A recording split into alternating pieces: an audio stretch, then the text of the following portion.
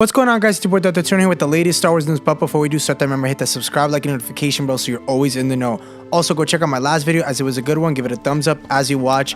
Let's start the show because we got some big news today.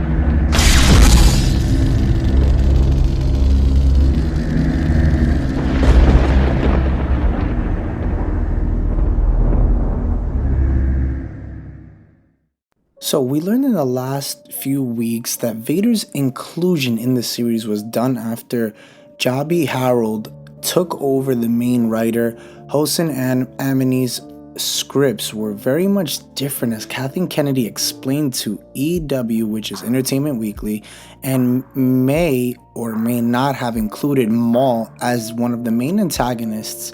What we do know for sure is that when Harold came on board, the creative team decided to bring back Vader. Chow explained this decision as follows. Honestly, for me, starting the place was that I really wanted to do something that was character based and character driven, because that is the benefit of the limited series. Is this that, you know, you have more time to sort of tell a real character story. And so for me, the starting place of character is you start and you look at who has been important to him in his life, and it's quite hard to avoid Anakin / Vader in that scenario, but especially coming out of Revenge of the Sith. So it really came out of, an evolution of the character for me. It wasn't just sort of bring him back. It was more really like, who means something and where are we at this point in the timeline with Vader.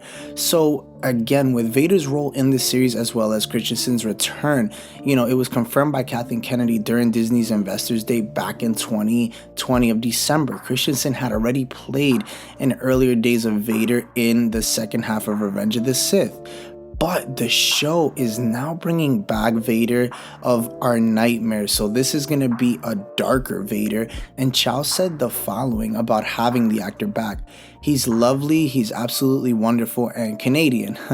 So the first time I met him actually was in Toronto, and it was really nice because we sort of met up in Canada. And obviously both people like Ewan and Hayden, they've been these characters for so long, and they obviously did them, in the prequels, and they've lived with these characters in their lives for, so long that they just know the characters so well, which makes it so much more helpful, in creative terms for them. Obviously, Hayden, was going to be a part of this series, and when he first came on the set for us, it definitely had a very special feeling, and it was a really interesting moment for me because you really started to see the different generations and how they connect to Star Wars and the franchise, where you have a generation that grew up with the prequels first, and Hayden, it's totally different. It's a totally different thing, than a generation that grew up with the originals, the OTs. And then there's, the younger generation with the new ones, basically the sequels. So, Ewan McGregor, of course, was, this is the main character here, described to EW Entertainment Weekly a few weeks ago what it was like when Vader first showed on the set. And this is what he had to say. The first time I saw him in costume and, the full thing going on, he was towering over me. As we know, Vader is tall. He's like literally twice my size, and it felt like, it's really intense to have such an iconic character, and then to be directing him, and to be doing new scenes with him. So I do remember poor Ewan that day. He's like, what am I, chopped liver, basically comparison to him. But we do know that Vader, it's something that it's almost part of our, consciousness, because we've had it, in all our lives for so long. To actually see him on set, it's pretty sort of significant. It's kind of moving. So again, about the Vader that we're going to see in the series, then she added for us, now this is key, it's very similar to Obi-Wan in that sense that he's in between these two trilogies. So he isn't a New Hope Vader quite yet.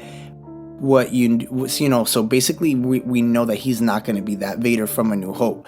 But so we are with the character sort of in the middle of this period. It is still Vader, obviously, but it is Vader that isn't quite as fully formed as A New Hope. So right there, right off the bat, you know that we're getting, yes, either Legends Vader we're going to be getting from everything that we've been talking about in these last videos that I've been bringing you guys with all the news, in a sense of hearing, you know, him slaughtering this colony of Force sensitive Jedi, you know, what he's going to be doing to Kenobi, you know, slicing him and letting him burn on his arm.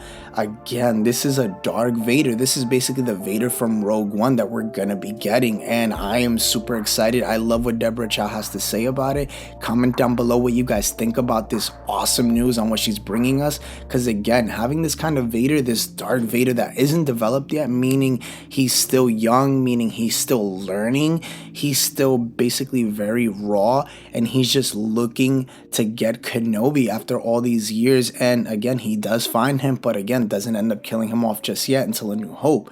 But again, we get the rawness of Vader, you know, sitting there and basically destroying any Jedi that have survived, or any Force sensitive, you know, any Force sensitives that have survived, as we do learn, you know, on the colony of Jabim.